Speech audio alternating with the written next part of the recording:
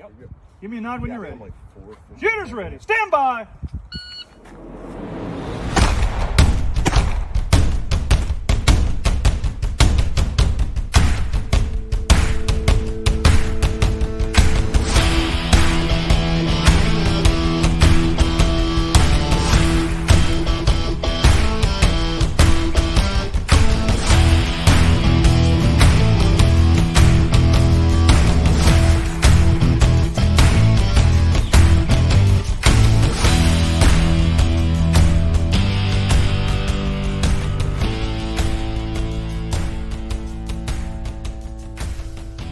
Hey everyone, welcome to this episode of Bullets and Bourbon. I'm here with my co-host and a wide array of other guests. So in 3-Gun, we have a wide variety of matches that we can choose from around the country.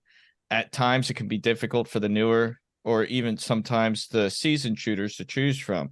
Tonight, we are speaking to some of the most seasoned and well-respected shooters from around the country to give their take on what they look for when choosing a match to participate in and what makes matches good or bad.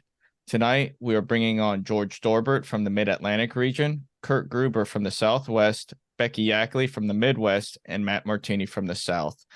Everyone, starting with George, if you could, go ahead and introduce yourself. Good evening. My name is George Dorbert. Thank you for having me on the podcast with these great folks that you have here as guests. It's truly an honor. I've been shooting for about 10 years now, 3-Gun.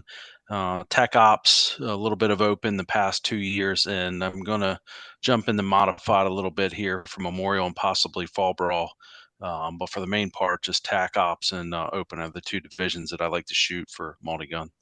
Awesome. Kurt? Hey, Kurt Gruber. Been shooting mostly 2001 or so 22-ish years. Shot mostly pistol stuff for the first 10 11 years, and then transitioned to 3-Gun in 2010.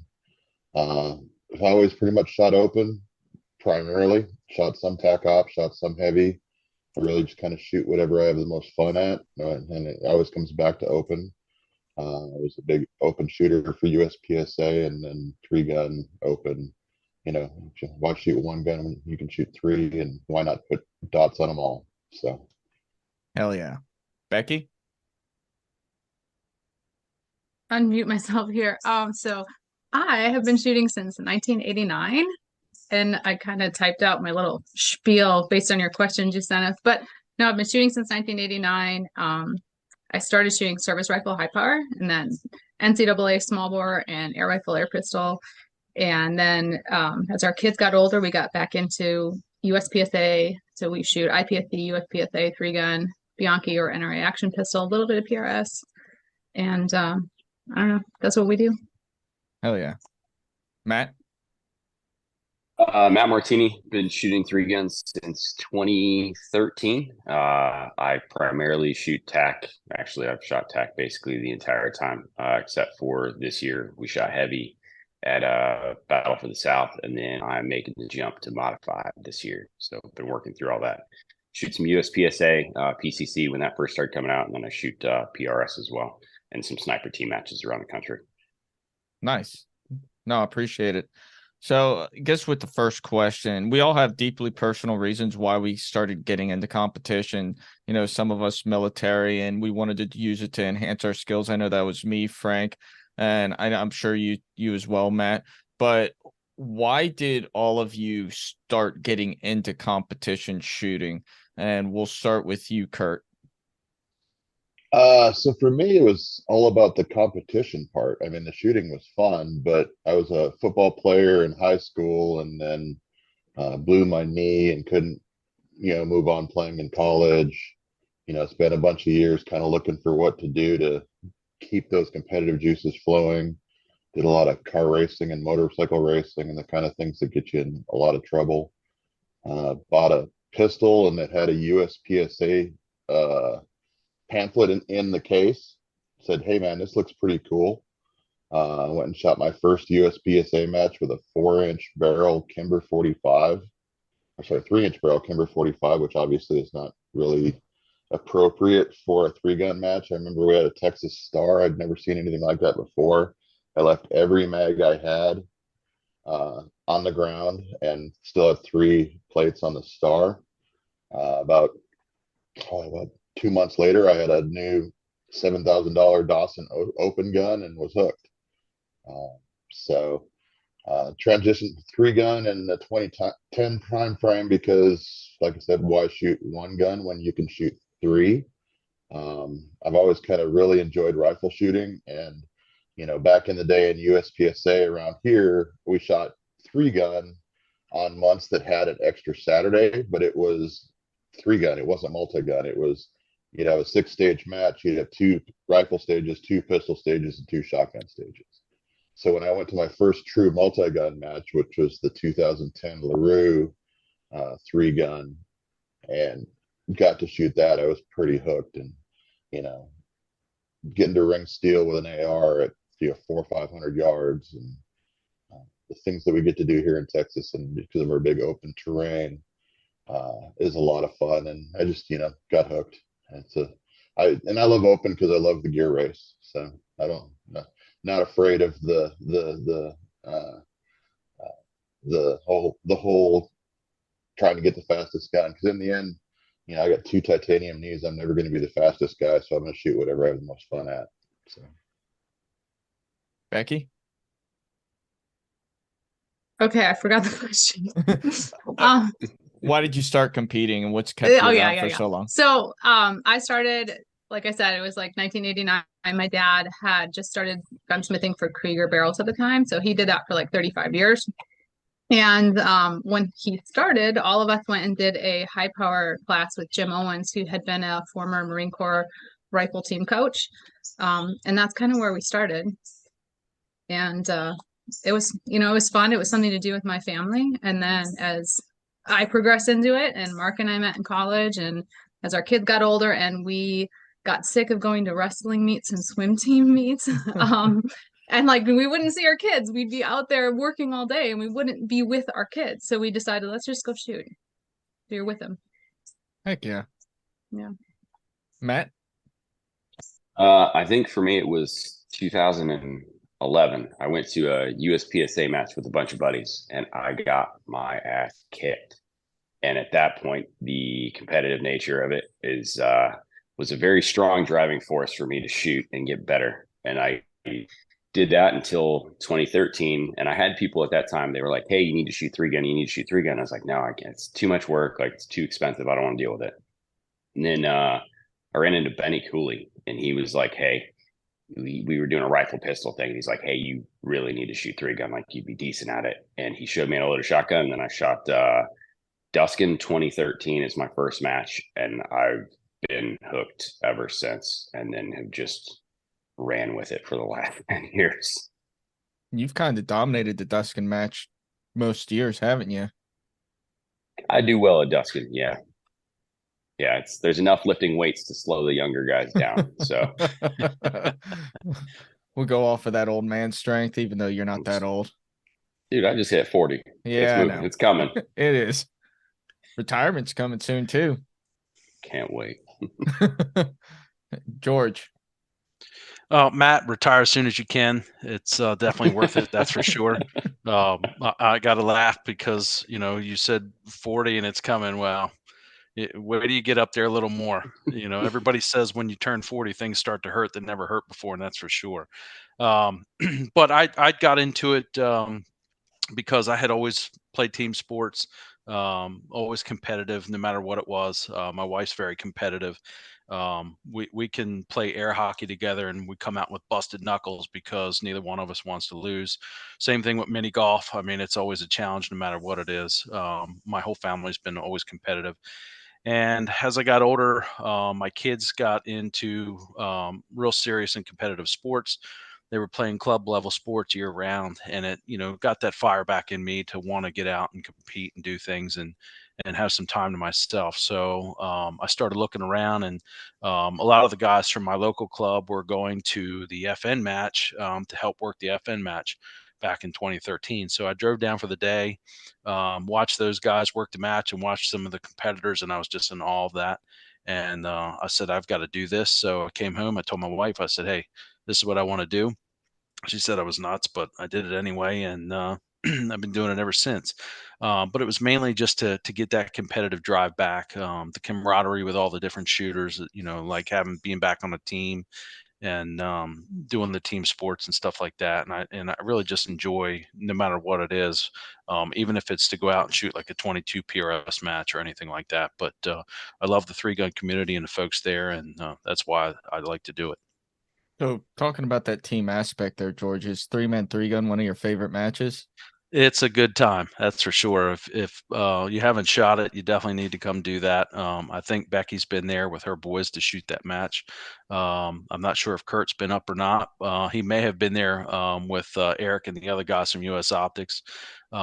And I'm not sure if Matt's been there or not. But if you haven't shot it, it's definitely it's a fun match because it's a different flavor. It's a different type of match. It's a lot of stand and deliver. There's a little bit of movement here and there, but it's more about teamwork, and it's not you're encouraged to help your other teammates or the other squad folks that are in there, so you don't get any coaching penalties. If people are missing targets in the sea of shotgun targets there, you're encouraged to help them spot and call the targets that they're missing and stuff like that. So it's definitely a laid back atmosphere and a lot of fun to shoot that match. Oh Yeah, yeah. George, I shot it with Eric and TK. Okay. Oh, that was some time ago then, if TK was there. Yeah. I had TK as a partner a few years ago, and I love TK to death. Great dude. But whenever it's time to start shooting, you can't find him anywhere. Like we were like on deck, and I had to walk like 500 meters over to the parking lot looking for him. He's in flip flops and trying to help some dude fix his gun. It's like, hey, dude, we're up. He's like, I'll be there in a minute. As he's like huffing down a cigarette, I'm just like, I was gonna dude, say, you come just on. if you hold his cigarettes, he won't go anywhere. Yeah. But we all travel far and wide for these matches. We all know the expenses behind it. And we want to have a solid product whenever we get there. So what are y'all's thoughts, and how do you guys decide when going to choose what match you're going to travel to? Becky, we'll start with you. Okay. So deciding what matches we travel to, for us, it's obviously a logistic thing because there's 5 of us generally, but sometimes we'll just pick and choose certain ones of us want to shoot. But for the most part, we're looking for matches that are going to be worth the travel, worth the gas, worth the ammo, worth the match fee, and taking the time to get there and invest all your energy and effort in it. So we want to find matches that are, have enough rounds that it makes sense to go there. And we like the physical matches, like Blue Ridge was always a great match. Really sad that one's gone. We enjoyed Brian's Hard as Hell match. But we tend to look for something that, it's worthwhile going to. No, that makes sense. And I have points on my notes here, but yeah, like, I think really, is it a match that somebody's asked me about? Like, we'll get asked by sponsors pretty frequently, what matches should we support? And so if it's one that I've suggested to sponsors, like, hey, you should support this match, that's probably one I'm going to. No, that makes total sense. Matt, what's your thoughts? So a big driving force for the stuff that I go shoot is competition. Like, I want to go shoot against the best people in the nation. And in order to do that, sometimes it's not everybody comes to nationals. So you have to kind of travel around to go to certain places. You got to go to Texas to shoot against Texas guys. You got to travel around to do it. So for me, it's like competitive nature is to like, okay, who's over where and who's going to these matches. Like, I'll look at a match, I'll look at the who signed up for it, and I'll be like, okay, I don't really want to go to this because there's not really a level of shooter there that like is warranting the time, ammo, effort, and everything to go there. Another thing is just like the group of guys that we have out here.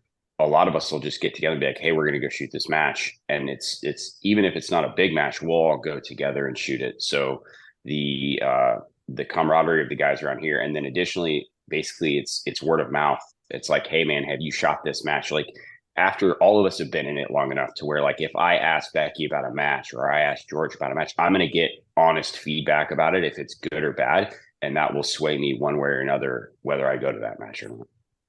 No, that makes total sense. And you're right. I want to say a couple years ago, or last year, I was, I was on my way out. I wasn't really in charge of the team anymore, and I was looking at the team's match schedule, and I saw a match out west. It was one of the UML matches, and Yeah. I looked at it. And it was like it was out in Wyoming, and I was like, why are you guys going to this match?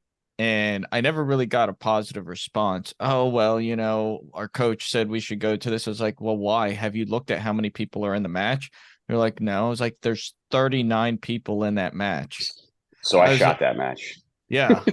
but I went out there because I had shot the governor's match there when it was the governor's match, and then UML nationals or whatever it was. And it was prep for another match for me.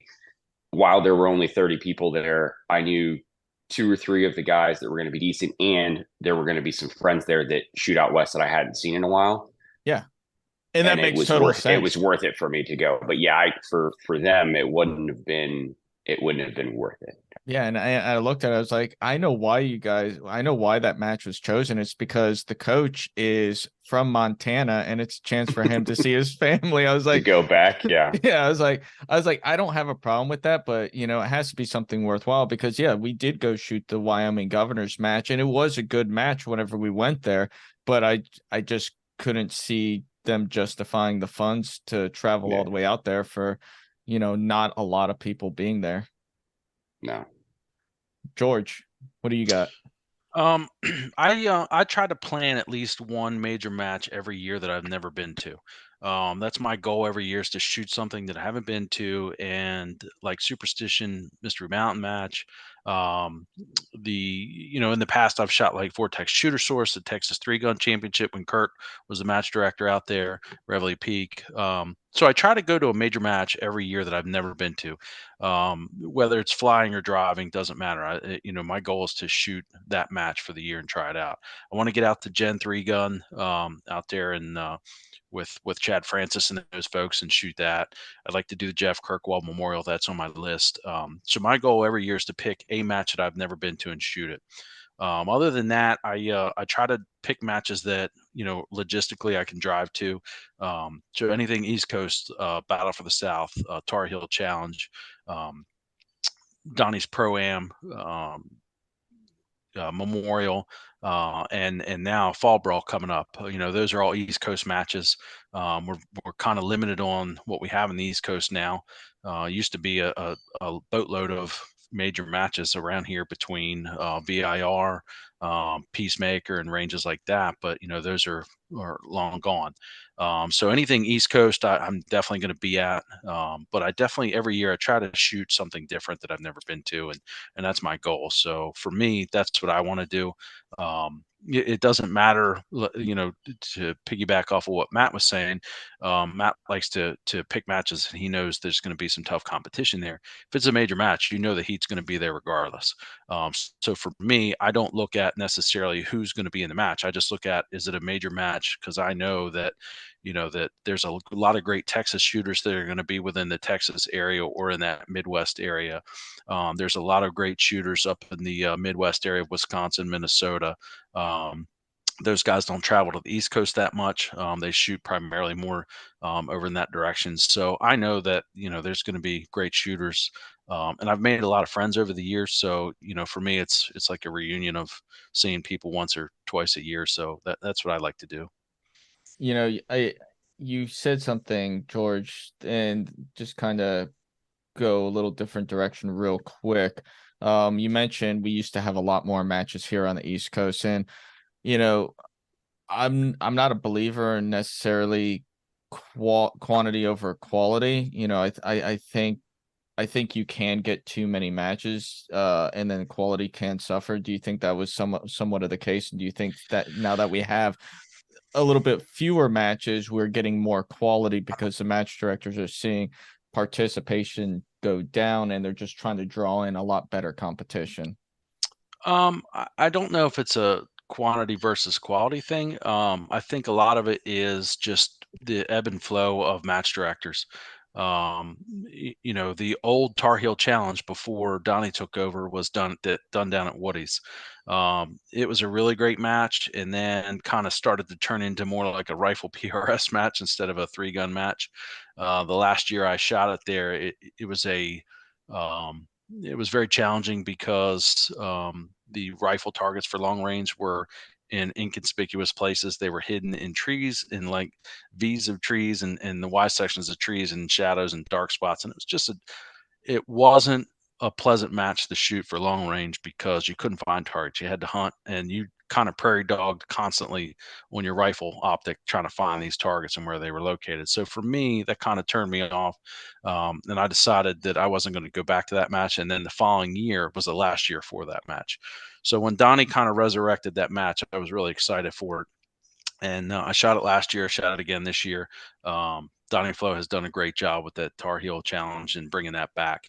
I'd love to see the FNH match come back, or at least a match that style. That was a fantastic match here on the East Coast. I know Becky and her family's been there.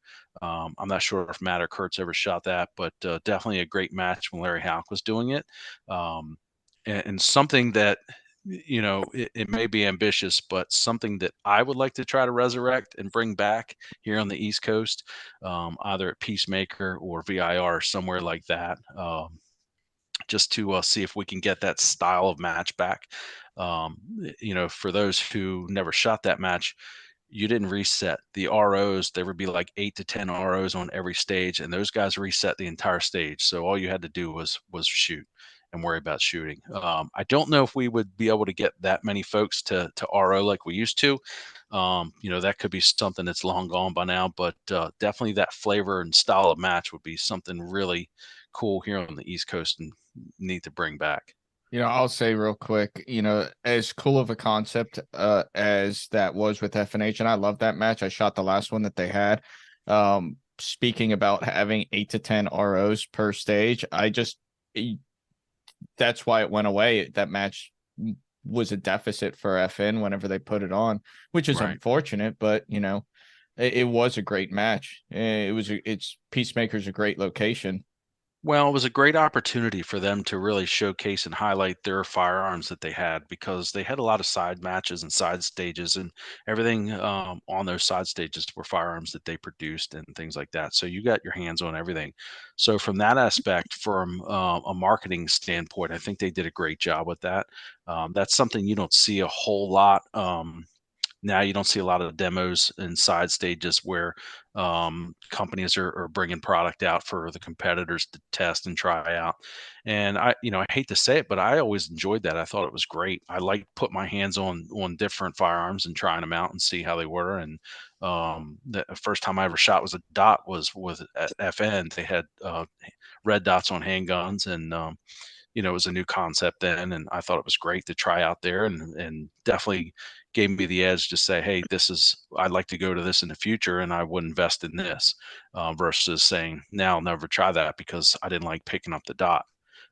So I think there is definitely a something that's missing by not having reps out there with product and stuff like that. So can I interrupt here? Absolutely. Yeah, absolutely. All right. So FN, I shot that for 2012 through the last time they had it. So a lot of years. And I would 2016. Okay. So I would shoot with go ahead with the ROs. Sometimes Andrew would shoot with the ROs and the staff day, and I did photos for them and kind of work with the FN team. And one of the, George brings up that match went away and it was different. Like the RO thing was only part of it.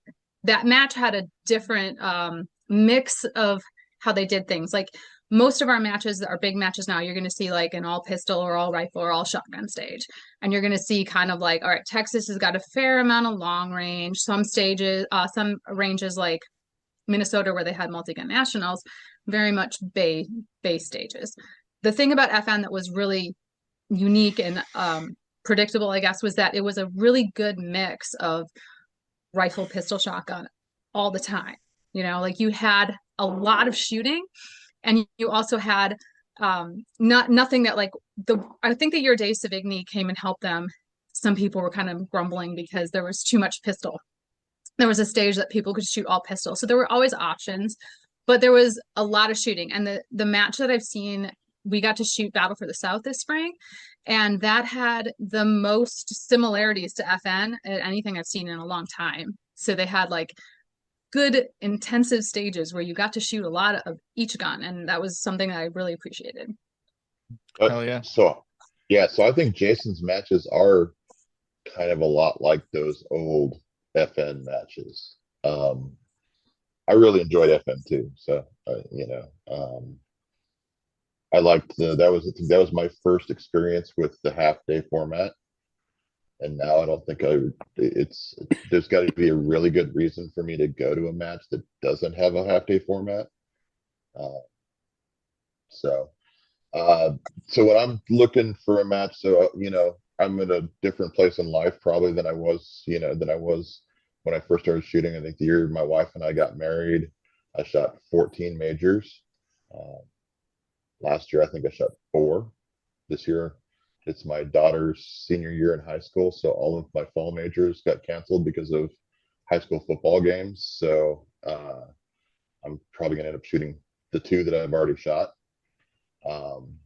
Next year I'm planning on picking it up quite a bit. So for me, it's got to be, the match has to be worth spending time away from my family, because I do travel for work, so I'm gone during the week a lot. So a long weekend, so I look at, one of the things I look for is places that they might want to come to.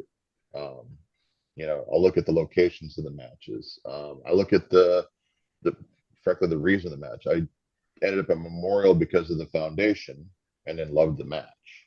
And we'll probably go, other than this year, we'll go back to that match probably every year because I enjoy the match and I like the cause.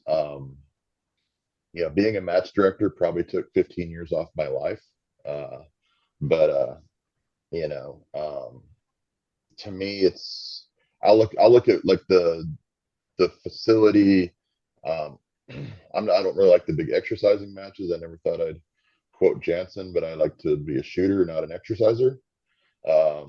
I like to get out there. I like to get going, but I have 2 titanium knees. I'm not gonna go, run a half a mile Andy Horner stage and then, have Andy tell me which of his props that I'm not allowed to actually go on because he's afraid that I'll freaking hurt myself.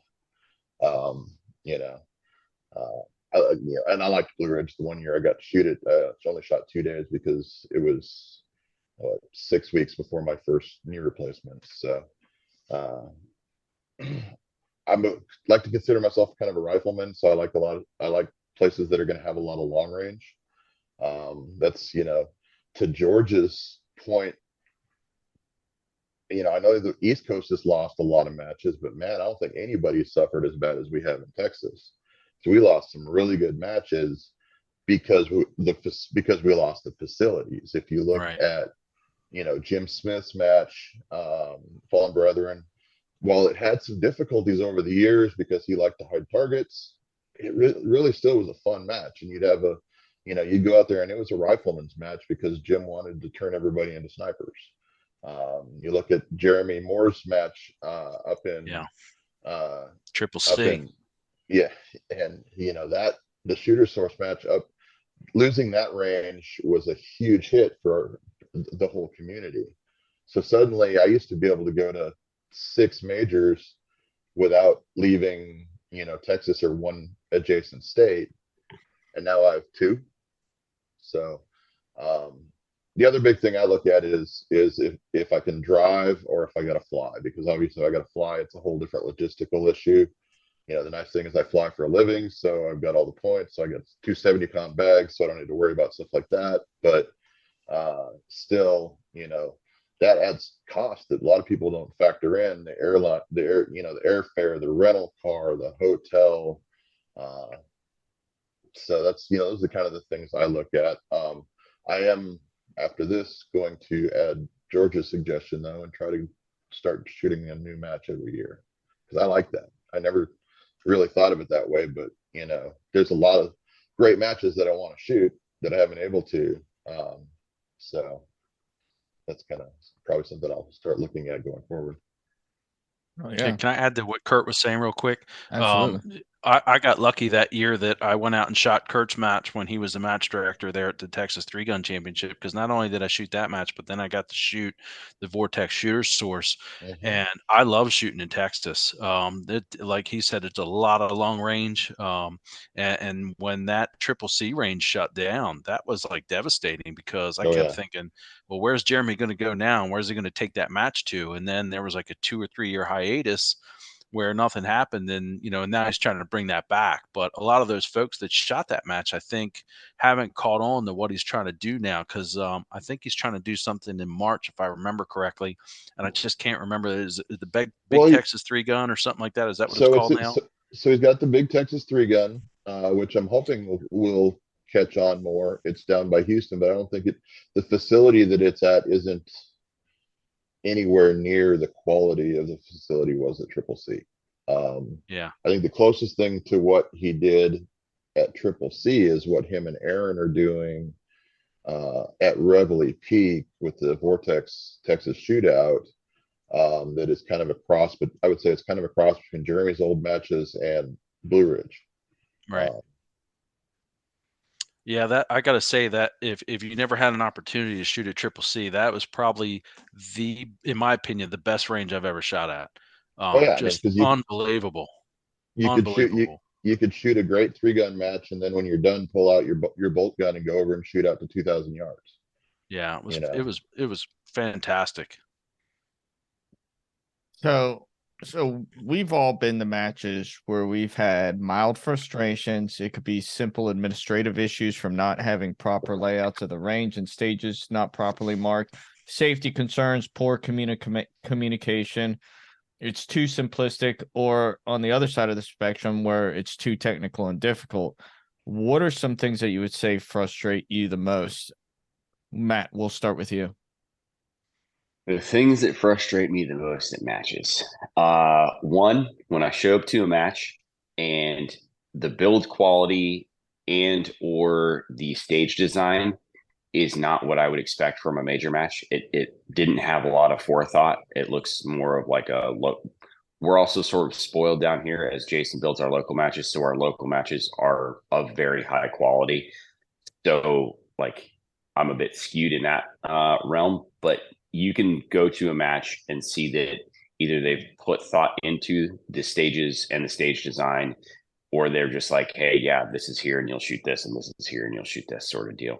That and just small, honestly, it's small things. It's like, are the stages marked? Is there a good map as to where I need to go? Like, are you actually putting out timelines that make sense? Like, there's just a bunch of small stuff that adds up on the backside as to whether or not it's a good match. And ROs.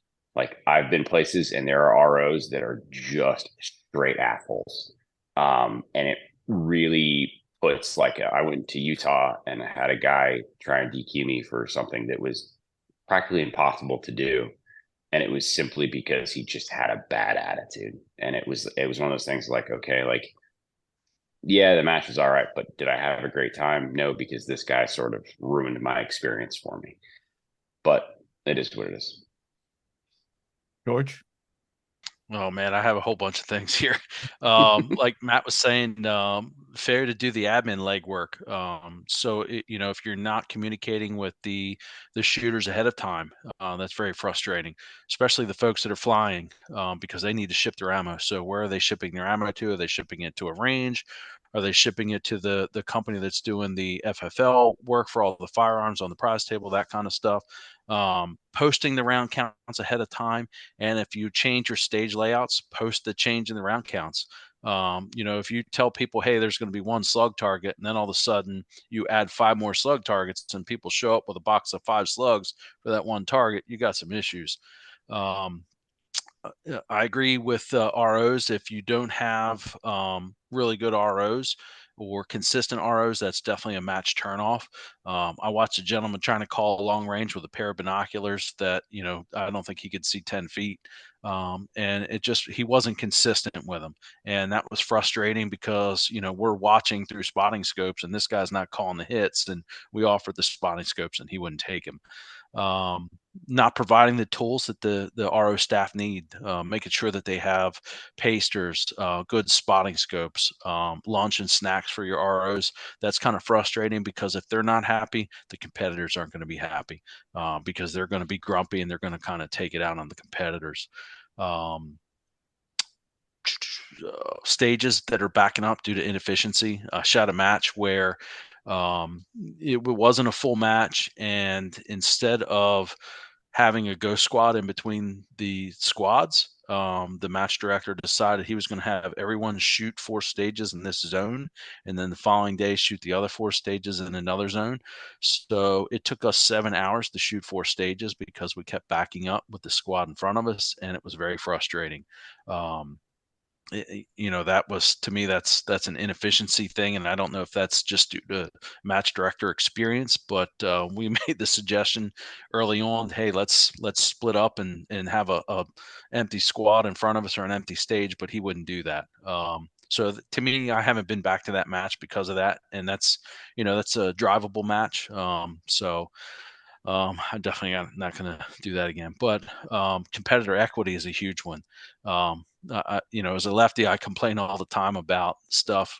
I had to shoot a slug target hanging outside of a window port one time because you can engage it as a right-hand shooter off to the left, but as a left-handed shooter, you had to literally hang out of the window. My feet weren't even touching in order to try to shoot this thing. So competitor equity is a big turnoff. Prop malfunctions. If you have targets or props that constantly malfunction, again, that comes back to competitor equity. Gimmicky things, there's some things that match directors think are cool, but they're just like a waste of time on the clock. I hate to say it. Targets not being painted for long range in between squads. If you have a great match, a major match, and you have good ROs, they're going to go out and they're going to paint those long range targets in between your squads so that every squad coming up has a fresh set of long range targets for everybody to see, so that the first squad's not hammering those targets all day long, and then the last squad, when the lights getting dim, are struggling to see them. So that kind of stuff is a turnoff also if you're not painting your targets. Or if you just don't have like backers on your targets, if you've got a 6 or an 8-inch plate at 300 yards, at least have some kind of backer on it to identify it if it's out in a field or if it's in a berm or shadow or something like that. That's like a frustration also. That's all. Yeah, sorry, I had a whole long list there. Oh, no. I've been holding it in for a long time. Yeah. You're going through that Go entire hold back, list, and George. I'm thinking, yep, been there, prop malfunctions. Yeah. No, I remember being at a match a couple years ago, and I shot a popper 4 times. It didn't fall. I look at the RO. I'm like, hey, man, he's in. He's like, oh, well, it's got to fall to score. I was like, I know. I shot it 4 times. He's like, oh, well, we had to shoot, as the RO shoot, we had to shoot it 4 times. Like, look, that's not how this is supposed to go. Right. I don't know how Yeah. many major 3-gun matches you've shot, but this thing's supposed to fall. And so they had to get the match director over there, and the match director was like, yeah, give him a reshoot. Like, why have him shoot it 4 more times and waste more ammo on the clock? A good RO should call that after the second or third hit. When you're drilling that calibration zone and it's not falling, they should be telling you to just move. It's down. Mm-hmm. Kurt, Yeah, what do you got? I think this is one of those things that, having been a match director, it's kind of, I see both ends of the spectrum. I have a pretty high expectation now of match directors but at the same time, I know what they go through. I probably, if I, not including the week that I was at the range 24/7 before the match, and then the weekend of the match, I probably put close to 200 hours into the match. But frankly, I kind of expect that out of somewhere near that out of the match directors at the matches that I spend my money with. Competitor equity is a big thing for me. I'm not going to name any matches, but I think one of the things that irks me beyond anything else in our sport is somebody designs a match, builds a match, then goes and shoots it for score. Yep. That's At my match, and Aaron has kept this up, and I think it'll happen forever, is we ensured that even the RO match is a completely separate match from the main match. So that way, if we needed to make changes to stages to make it better, to make the main match better, one, the ROs didn't have to reshoot it, and two, the match got better for the paying shooters without any, competitive equity issues for the ROs. Because if you ever RO'd a match, you know that your chances of winning much are pretty slim, because it's pretty much a beatdown. And if you've never RO'd a match, go RO a damn match. 100%. Prop malfunctions always, yeah, target failures. As long as you can fix them, as long as you can get it back up and running and stay on schedule, it happens. Mhm. We're slinging lead at steel, and stuff happens. But but don't put a target in your match if you can't get it back up and running fast. Don't delay the whole match because you got to go weld something. That just doesn't work. The RO thing is, I haven't been back to Superstition Mountain in a long time. I've heard it's gotten better. I might go back and try it again. But last time I went, what looked like it was going to be the funnest stage in the whole match, my squad didn't get to shoot because they couldn't efficiently run a 3-gun match. So they were 3 squads behind on that stage. So they just threw it out. Ouch. Wow. Those are the kind of things that really frustrate me, especially if I'm traveling a long ways, if I'm spending a bunch of money. And like I said, it'll keep me from just coming back. So, Becky, what you got? Okay, so I have a lot of the same points other people have, so I don't want to just rehash it all. But under the lack of information, I would just say that there shouldn't be matches where, for example, this big national match we were all at in July where you didn't know what the stage was going to be unless you were like a local person, because there were targets missing when people were doing the walkthroughs. And that shouldn't be. It shouldn't be like you have to be buddies with the MD or know people locally to know what the stages are going to be. Put your briefs out there, because I'm not coming back and I'm going to tell people don't support that match because they can't even make it equitable. So equity is another thing. And I just say there's things that you can't control, like the weather. I've seen matches like one year we shot Pro-Am at Rock Castle, and there was a shotgun stage where that was our very first day of the match. 3 days later, it was a completely different stage because so many people had shot holes in the vegetation, and stuff like that really can change what people can and can't do. So I think that as much as people can strive for equity, that's something I look for and I appreciate. So whether it's equity in how things are set up, equity in how the ROs run things and treat people, but that should be kind of one of the biggest goals besides safety.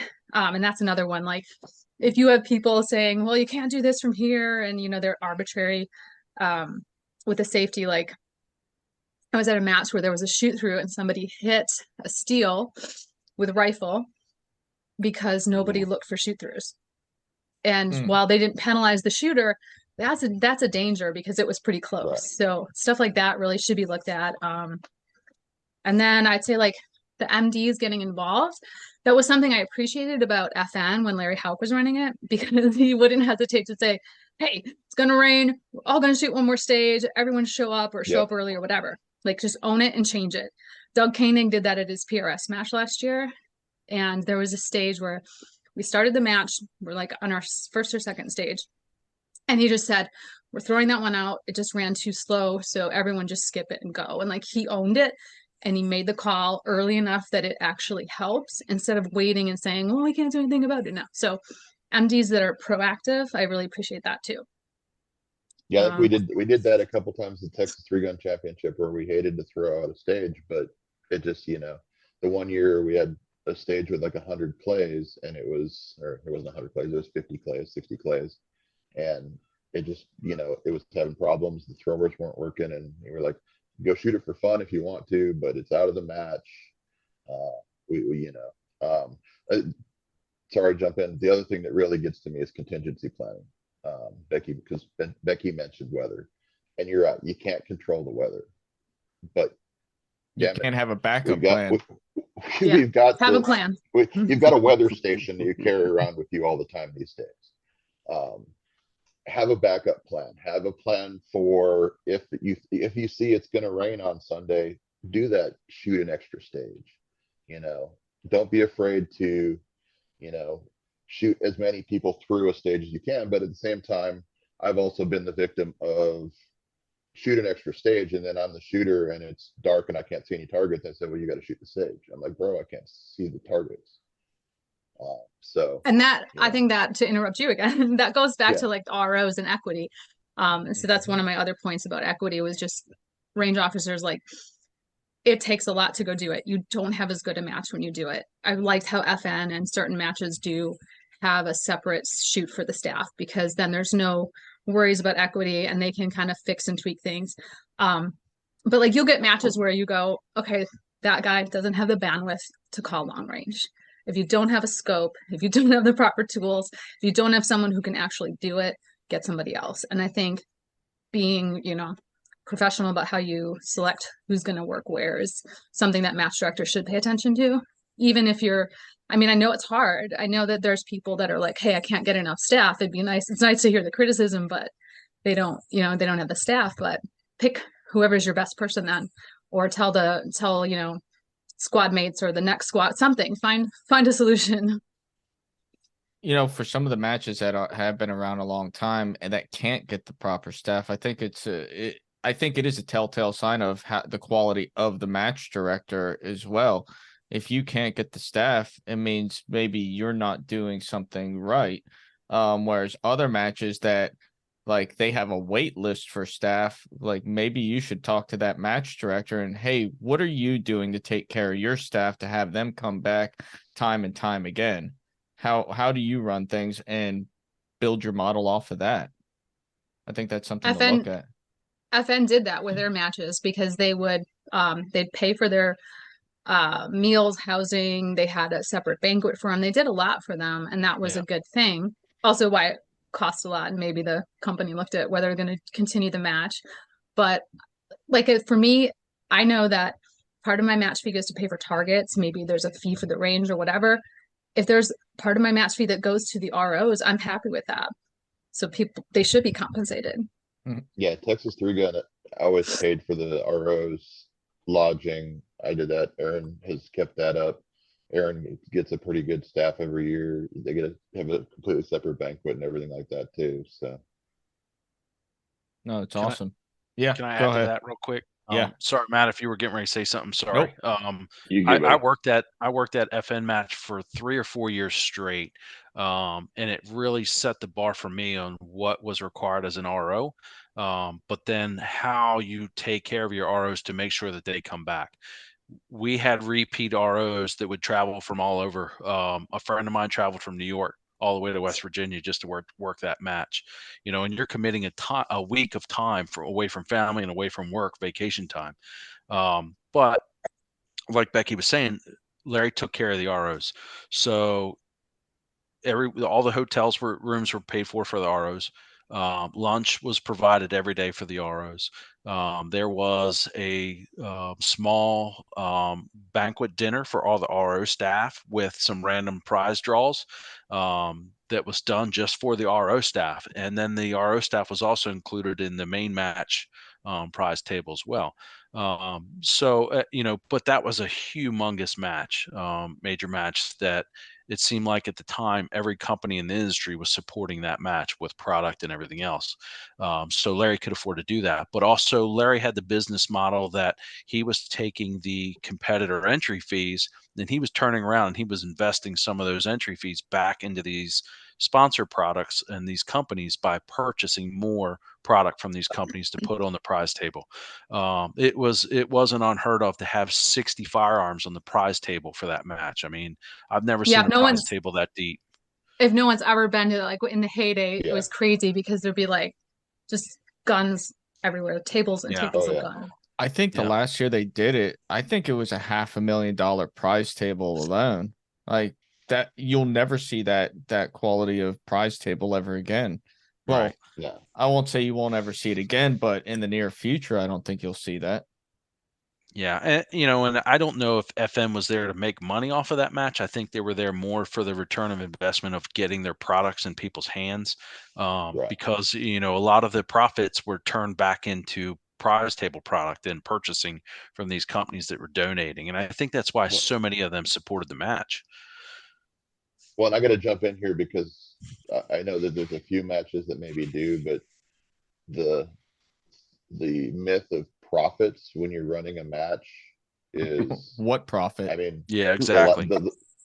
We in what 6 years of running Texas Three Gun Championship, 1 year we had the money to uh, pay mileage, reimburse mileage to the main match staff.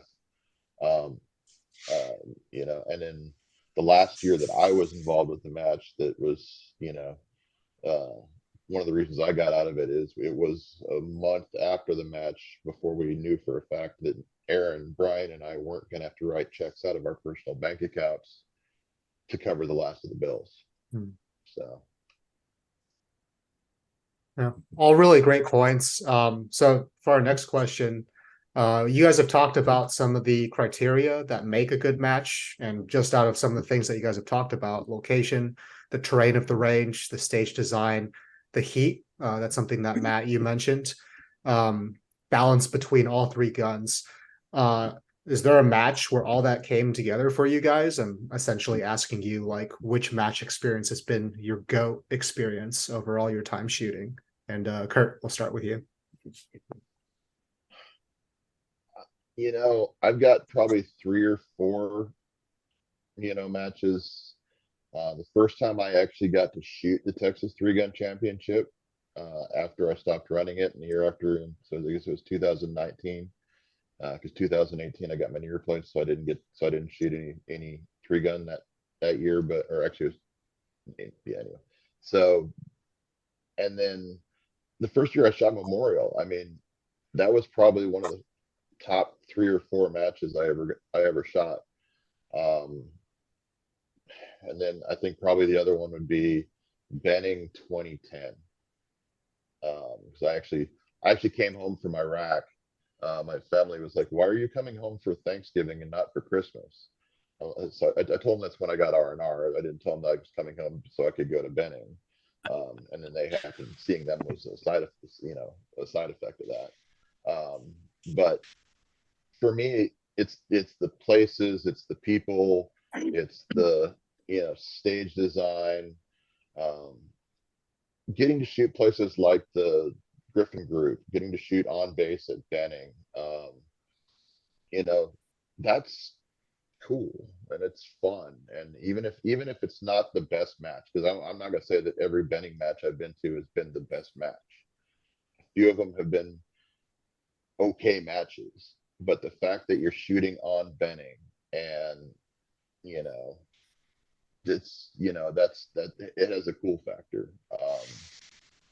For me, I really gravitate towards matches that have a lot of long range.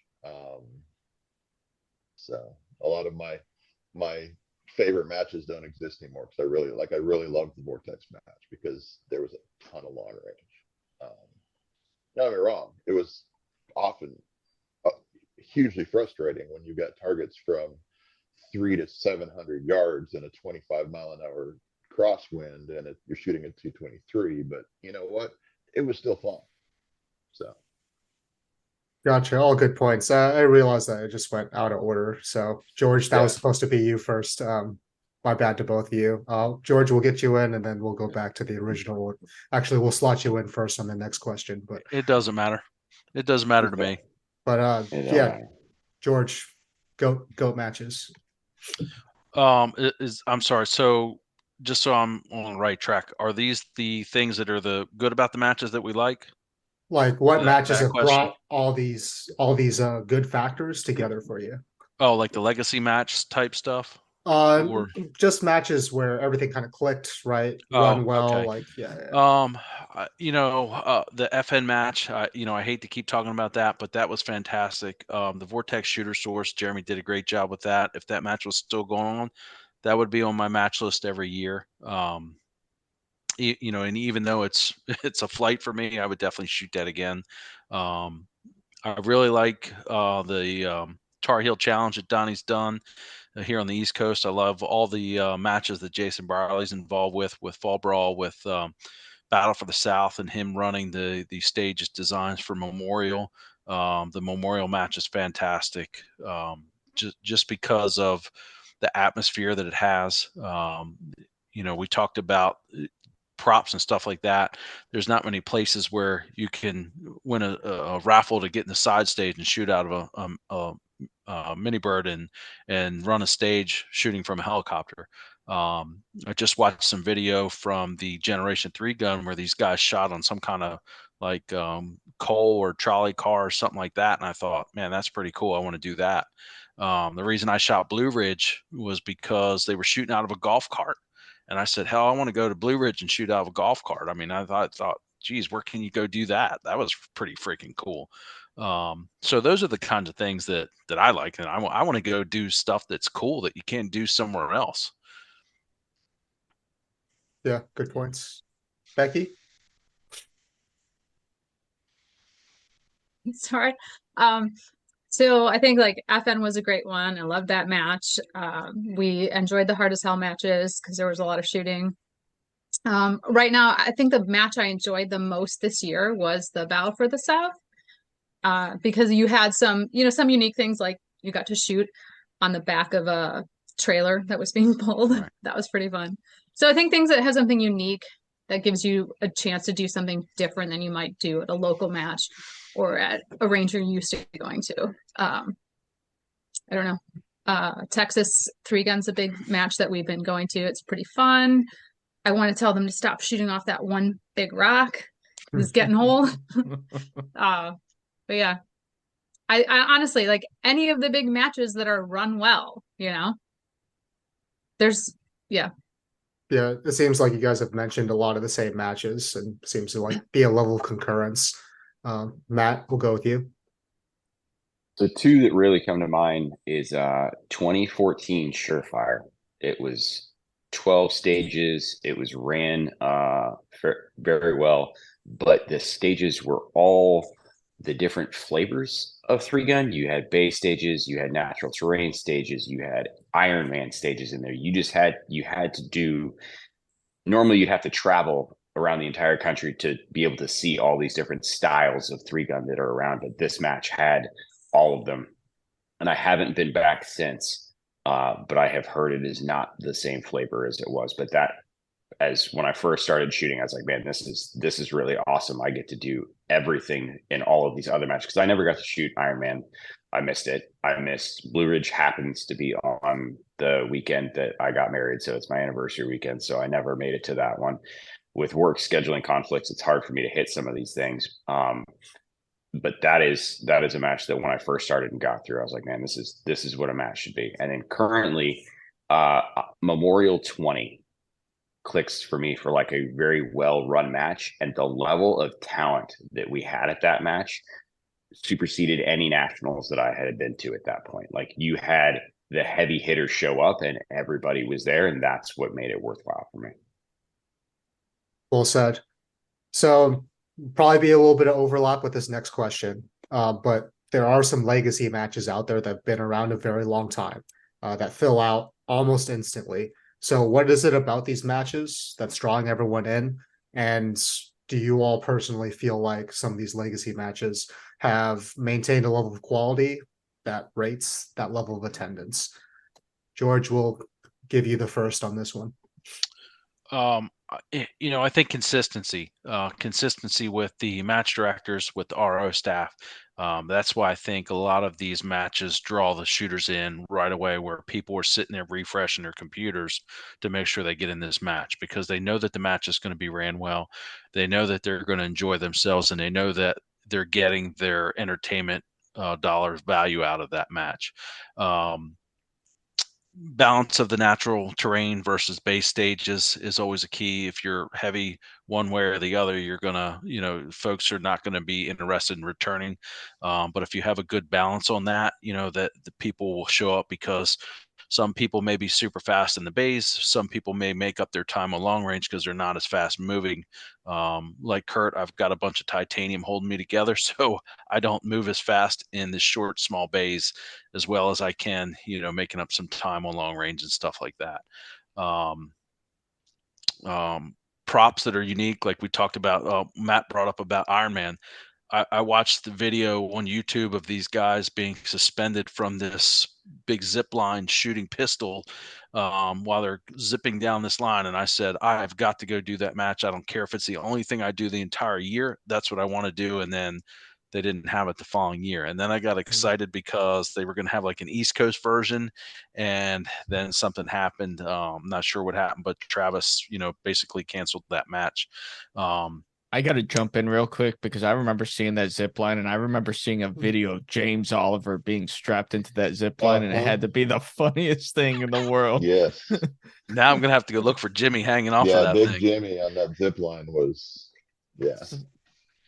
To add to the legacy matches, side matches. If you can get good side matches, like prop guns where you have full auto or suppress 50 cals, that's a huge draw, because people don't get to shoot those things all the time.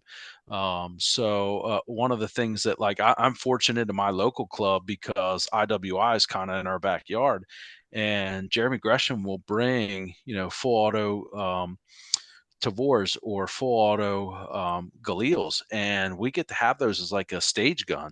They have to be suppressed, but who gets to shoot full auto as a stage gun on a local match? So we're kind of spoiled there with that, but I think that's what adds to those legacy matches and why people want to go back, because they have all those things that run and flow well, and it's such a well-oiled machine that if a problem does arise, it's handled right away. Like Kurt was saying, if you have a target that breaks, you've got a backup on that stage ready to go. You're not throwing out the stage because you've got some unique target or prop that you can't fix. So sometimes keeping it simple is the best way to do it, but definitely having something unique to bring that draw that other matches don't have is why I think they fill up so quick. Great. Becky, what are your thoughts? So I want to kind of touch on something you said earlier about like the number of matches that are out there, and it's kind of quality and all that. And I think that while we're seeing fewer matches right now than we did 4 or 5 years ago, that I think that people are being more I don't want to even say more judgmental. They're being a little more discriminatory with how they're going to spend their money and where they're going to go. And so that's something to think about when you put on a match. Like, if you don't have things up to the level people are expecting, they're probably going to discriminate to go to those matches that have the things that they really want, or can deliver on the things that are, kind of promised. Like, we've all been to matches where they say, oh, we're going to do this, and that. And then you get there, you're like, well, that was underwhelming.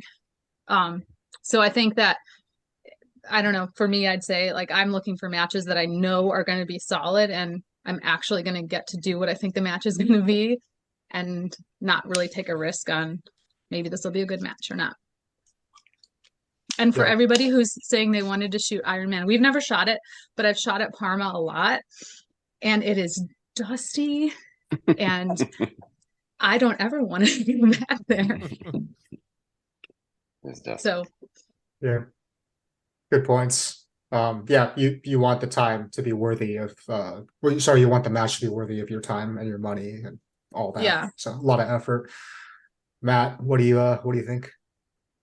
I agree with everything everybody said. Becky brings up a great point. Is we went from when I first started shooting 3-gun, you had to be on the computer waiting for that match to open in order to press send to like get into that match. And then we went into what I would consider an oversaturation of matches. And I feel like we're on the downswing of that oversaturation of matches and going back towards, Quality 7 to 10 quality good matches that everybody's going to attend, instead of, hey, there's 22 majors this year, and now everybody's sort of spread to the wind doing everything else, and not everybody's coming together to shoot at big matches. I think that is an area that we're getting for. And as far as these legacy matches, I think at this point, the word of mouth that for as long as they've been around is sort of trickled down, and everybody's like, "Hey man, are you shooting this year?" Or like, "Hey, I shot this match; it was great." And it's built up a reputation at this point. But I mean, to my understanding, Memorial is the only one that I know of that like takes minutes to sell out at this point in the three gun community, is to where before it was like a occurrence for every match, is that if you didn't sign up in the first like 5 minutes, you weren't getting in right away. Hey Matt, you remember the days in Tar Heel, like just local monthly matches when you had to be signed up in 5 minutes at a local match or you weren't getting on? And that match, it was a monthly match that filled up with like 105 shooters. You just don't get that anymore. I think, we've been spoiled in North Carolina to have good quality matches, and that's been for the past 10 years. Totally agree.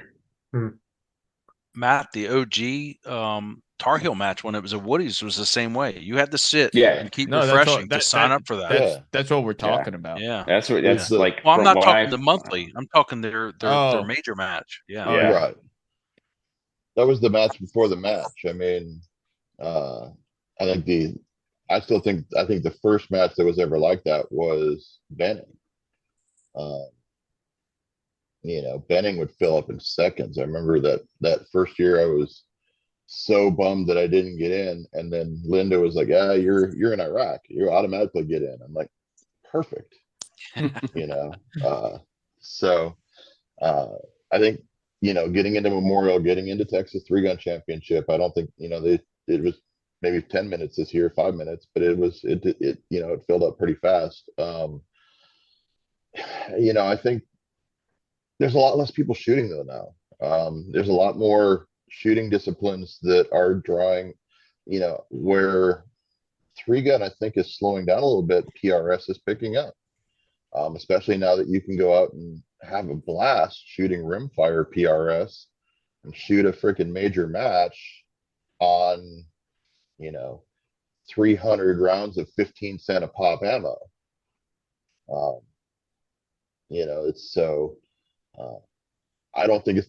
I'm not one of the doomsayers that thinks it's dying, because I don't. I just don't think, you know.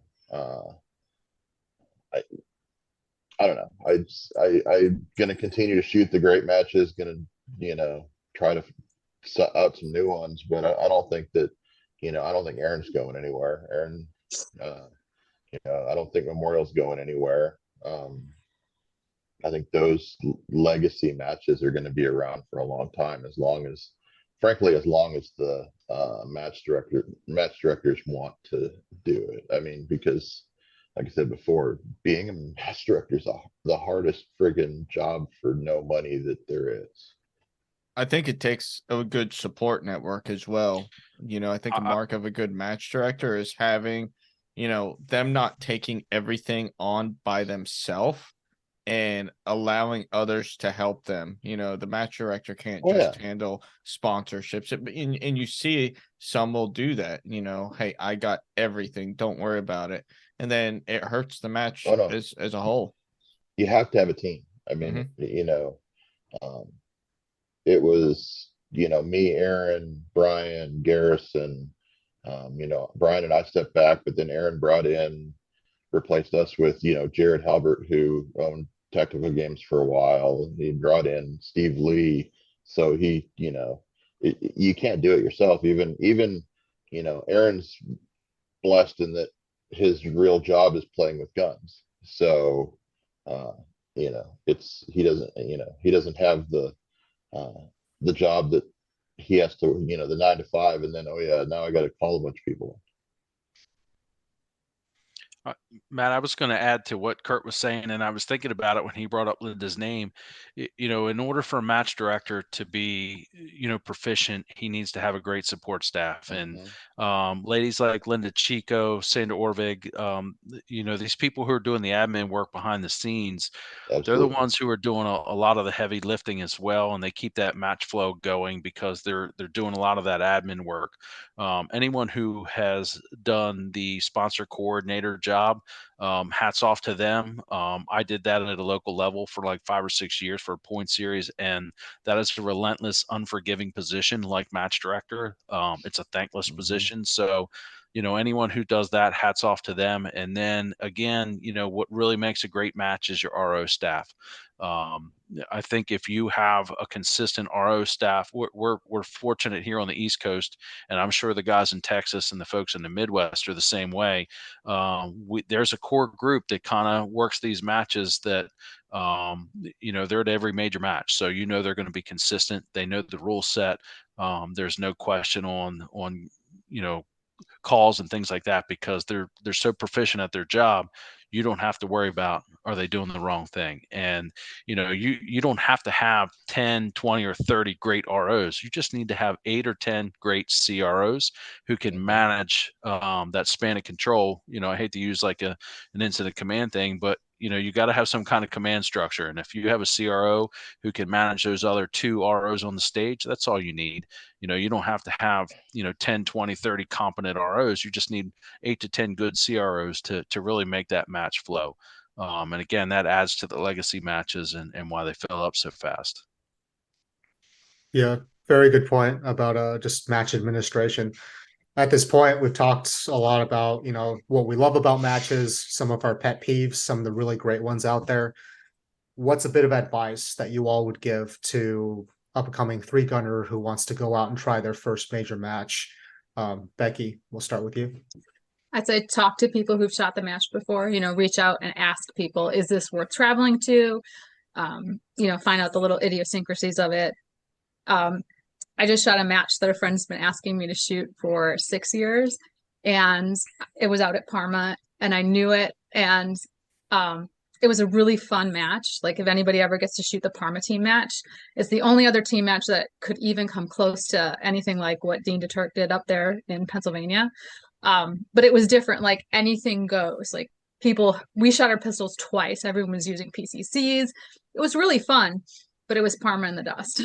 So reach out and find out from people who have shot a match before and ask them, like, is it worth going to? Am I going to have fun? What should I expect? How much ammo should I really bring? All that stuff. Great advice. Matt? Yeah, basically what I was going to say exactly what Becky said is like if you're new to this, you have to get with people and figure out like what is the best bang for your buck because logistics, expenses, like shooting a major is usually around $1,000 endeavor. Like between travel and ammo and everything else, you're spending $1,000 of your hard-earned money and you want it to be worth your time, effort, and energy. So like you need to discuss with people and do hell. I will actually like when I go look for matches that I want to shoot, I'll go Google like and watch videos from that place from previous years and be like, okay, these stages look like this would be worth my time, or these stages wouldn't be worth my time. Well said. George? I think a big thing that someone new could do is go work a match. I would encourage everyone to work at least one major match a year, just because you have to have that support and help.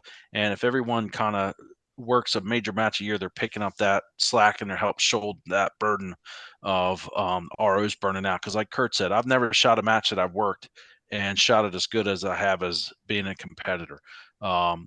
Again, you're like Becky said, you're shooting targets that are in the brush, and by the time the main match happens, a lot of that's cleared away. You learn so much though as a RO working that match. You will pick up things from the competitors that you never knew. You'll pick up little tricks. You'll see 10 different stage plans from the different squads. So you will learn so much. So I would encourage everyone to work a major match if you're just getting into it and see how it's ran, and you'll learn so much that you didn't know or that you thought You knew, I'm sorry, you thought you knew. So I would say work that match and learn and watch before you go shoot it and sign up for it. Just to see how it's ran. And like Matt said, you'll cut some of that logistics out of the funding, because hopefully, they'll cover your hotel expense if you're not local, or, within driving distance to stay at home and stuff like that. But definitely work a major match and help out. Good advice. And then Kurt. So I think the biggest thing if you're shooting your first major is eat some humble pie, go and have fun. You're not going to win.